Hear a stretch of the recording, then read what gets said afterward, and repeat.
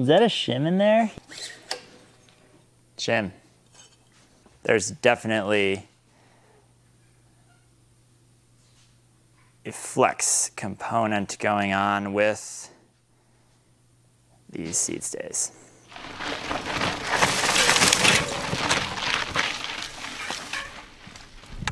What up, Vital MT beers?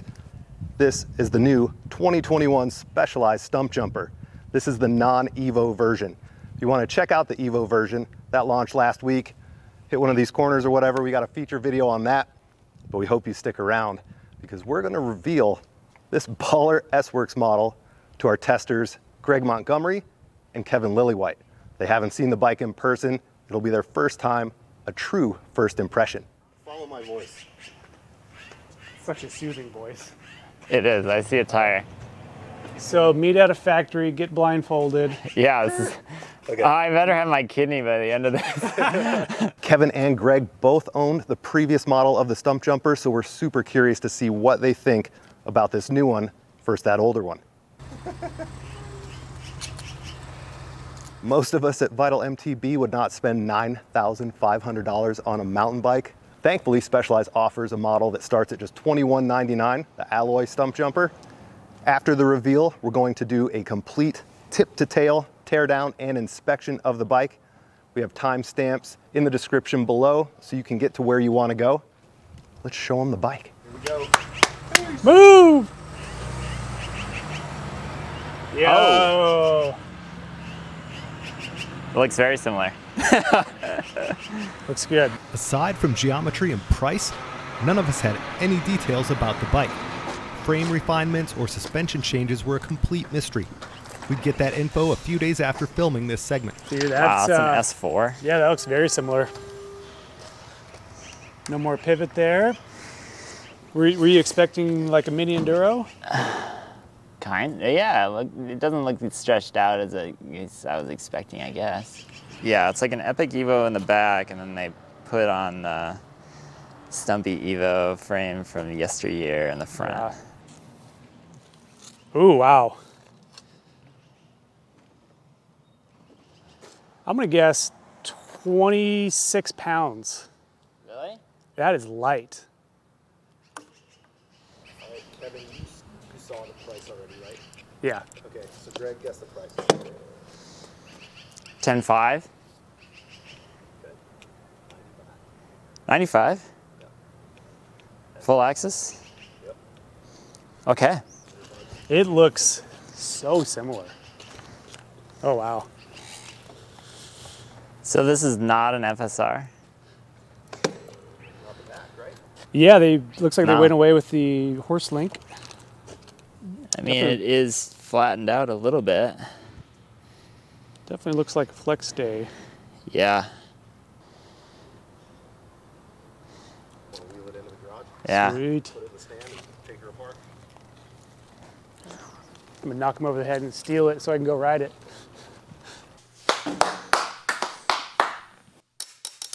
Yeah, grip strength, come on. Tires are spec'd very, very similarly. We got a Butcher 2.3 in the front. So from knob to knob it's 2.3, but the casing actually extends out to 2.4. No quick release on this. We got the Traditional bolt. Fox Cabolt. Yep. Which I'm always a fan of. Yeah.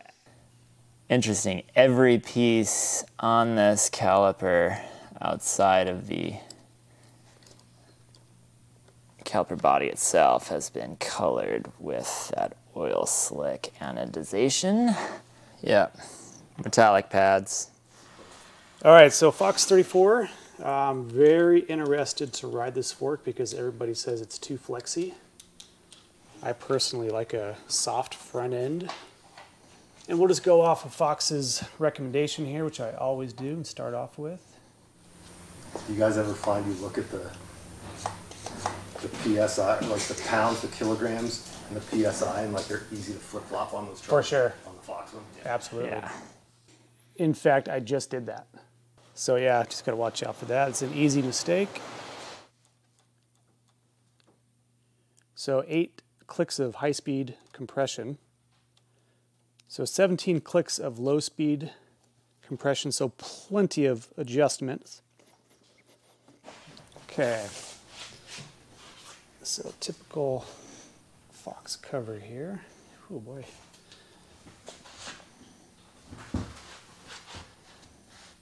They didn't skip on the red Loctite, did they?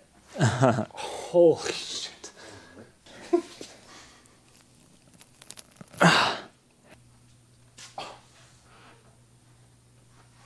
Oh my Yo. gosh.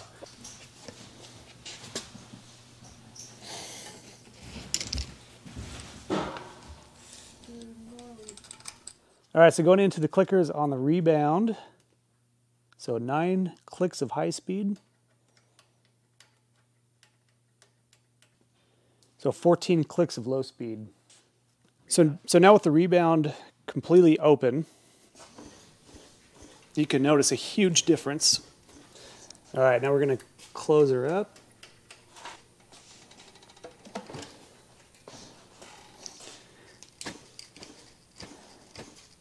All right. Yeah, that's totally usable. Feels great, close it off. Yeah. Honestly, the difference is I'm used to. I know, it seems like it's pretty fast for full flow. That does, You can almost ride that yeah. all the way slow. So high speed and low speed completely closed off. This fork feels pretty fast. That'll be interesting. Yeah. So on the front of the bike, we got a Deity Copperhead stem, 50 millimeters, and located here in the head tube as a SWAT tool like we've come to expect from Specialized. You can pull the tool out just like so, and to adjust the headset, the bolt is actually located here on the bottom. And you just take your 5mm, and there is a bolt through this that contacts your SWAT mechanism, and this allows you to tighten or loosen your headset as desired. Have you guys ever had problems with headset issues with that setup? No, it I works have not really either. well.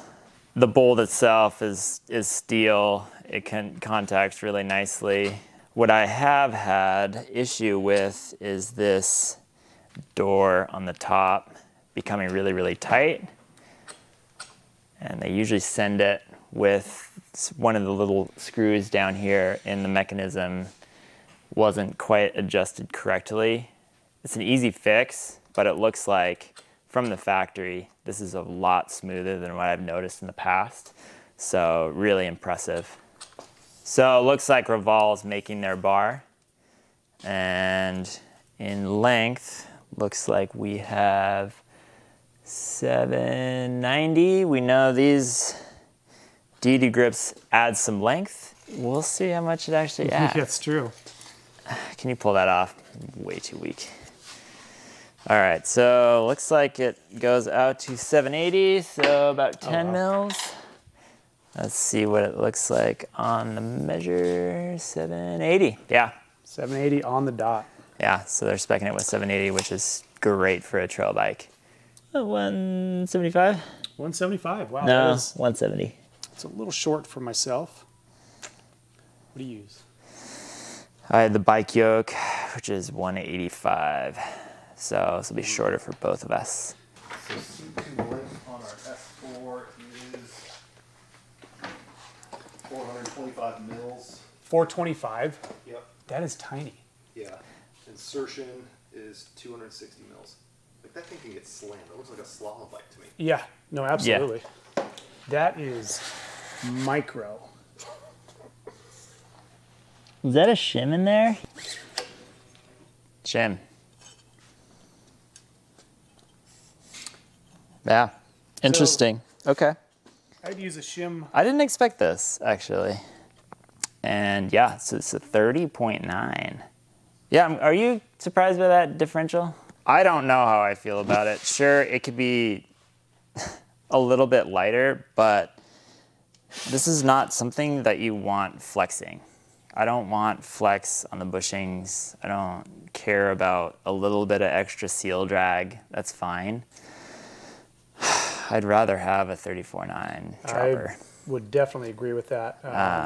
Although I've never had any problems with the shim, I'd just rather not. Yeah. I like this. It's waterproof, and it's all concealed. It's got the zipper. The previous version, I had stuff falling out. The material it made of absorbed water, Yes. and it got soggy. So I'm loving this. But this is all that we were able to take out of the down tube. I was kind of expecting a SWATerbottle, especially for a trail bike, right? Sure. One of my favorite components of these bikes. So just like so, pop it off. Super clean on the inside. Actually, I do notice that the tubing is a lot more intentional for these cables. Before there was some plastic pieces. This is all molded carbon. So this is definitely a next step up in their manufacturing. Let's see if some chocolate milk fits. Oh, it doesn't fit. Old Spice, dang it, I'm gonna stink out on the trail.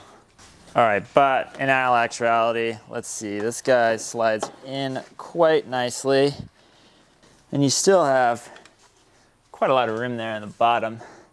I do wanna know if they sealed it off in the bottom a little bit better, because previously it went straight down to the axle, and when I replaced the bottom bracket, I found wrappers and candy along the spindle. Are you serious? Yeah. Yeah, I was like pulling wrappers out. And they actually got like ground up because the spindle kind of worked them through. I don't know, I can't tell. I'd have to pull it off. I'm still mad at Braden for that. So we're on a ride.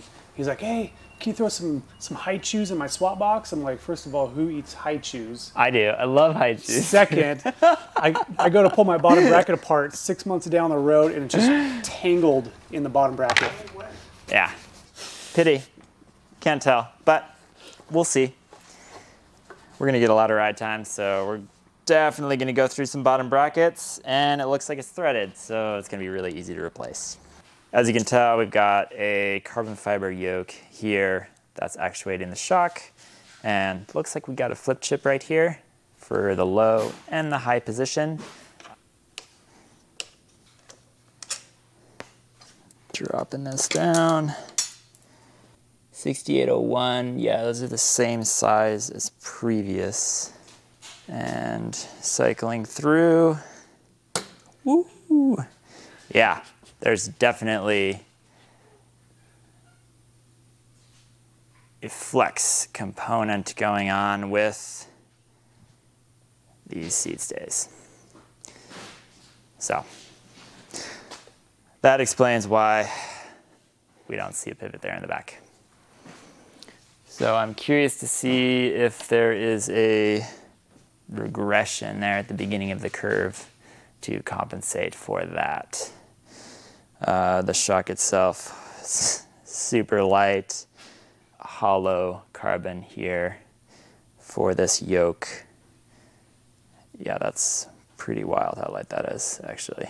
All right, onto the drivetrain. No surprises here, typical SRAM. Now they've got the 52 in the back for the bailout gear. But the ring in the front is a 30. What do you think about that? You know, I'm a big fan of 3052. I'm not the best climber, and I like a nice, easy gear. I like a nice, easy gear as well. So Specialized Purgatory, I ran this tire for, I'd say at least 15 rides on my old Stumpjumper. I thought it was a little soft. Did you ever run it? I never did. No, I didn't. So this will be interesting, but it looks like these rims have a different bead on them. There's a certain degree of flattening. Haven't taken it off and pulled the tire yet. But if that is the case, just like their previous XC release, it should reduce the potential for any pinch flats. So we'll see if that grid casing is satisfactory. Yeah, I'm definitely hoping it's going to hold up a little bit better than the older Purgatory. It was a quick switch. Yeah, not only that, again, like the front, we've got a DT Swiss 240 hub. Feels pretty good. It's fine. Yeah. I am so pumped on riding this thing. You have no idea. So that is the new Stumpjumper. Cannot wait to get this thing on the trail. Before they ride this thing, know that Specialized went big with their carbon refinements across all 6 sizes of Stumpjumper frames. They ran through 130 total prototypes before they were satisfied with the frame's flex, strength, and weight characteristics. The new SWAT box production process is anything but simple, and their suspension goals, while lofty, are well thought out. The flex stays are actually preloaded when the shock is installed, acting like a second negative spring helping pedaling. Furthermore, the shock uses Fox's digressive piston with a dished head on the RX tune that adds a natural preload to the shim stack. Specialized says there's enough low-speed compression to act as a pedaling platform without overproducing high-speed compression that would make for a harsh ride. If riders want more ramp, add volume spacers to the shock. And we're not done yet. The rebound tune is light off the top, but upon returning from a deeper stroke of the shock, it'll be slowed down thanks to the shock's internals. Specialized wanted the Stumpjumper to have a lively feel for small hits, but not buck riders off larger compressions. And lastly, if you're on the more wallet-friendly alloy model, don't have FOMO about the bike's handling. Specialized worked hard to provide the same ride and suspension characteristics on the alloy bikes as they did on those baller carbon versions. So I've had about a week on the regular version Stumpy here, the 140, 130. I've had it anything from technical uphill bike park jumps, single tracks, some pretty fast downhill, and some skate parks. So I'm thinking this might be the do-it-all. So this model, the 21 Stumpy, did not receive all of the adjustments as the EVO. I'm okay with that. It's a trail bike with a flip chip. I ran it only in the low. I didn't see a need to run it in the high. It climbed plenty well. I was actually really pleasantly surprised how stiff this 34 was. Obviously saving some weight on that front end. Nobody's gonna cry about that. So tires on these, 2.3 Butcher up front, 2.3 Purgatory out rear. I have a lot of time on the Butcher Grid Trail, which is a little bit softer compound. Definitely a lot more traction than what they spec'd this with the Grid. With this loose conditions, it is downright skatey. The rear is fantastic. Much better improvement on the new version of the Purgatory. When Specialized presented the new Stumpjumper, they came at us strong, with bold promises of an incredible new ride. Did they deliver? Well, it's too early in our test to draw a definitive conclusion, but so far we have to say things are off to a strong start. The new Stumpjumper makes use of thoughtfully crafted details beyond just marketing speak that deliver an on-trail feel that riders should appreciate. Smash that like button and hit vitalmtb.com for the extra bike nerd heavy details on the new Stumpjumper, and then hustle down to your local Specialized shop to get a look at this thing for yourself. I got me a drop top.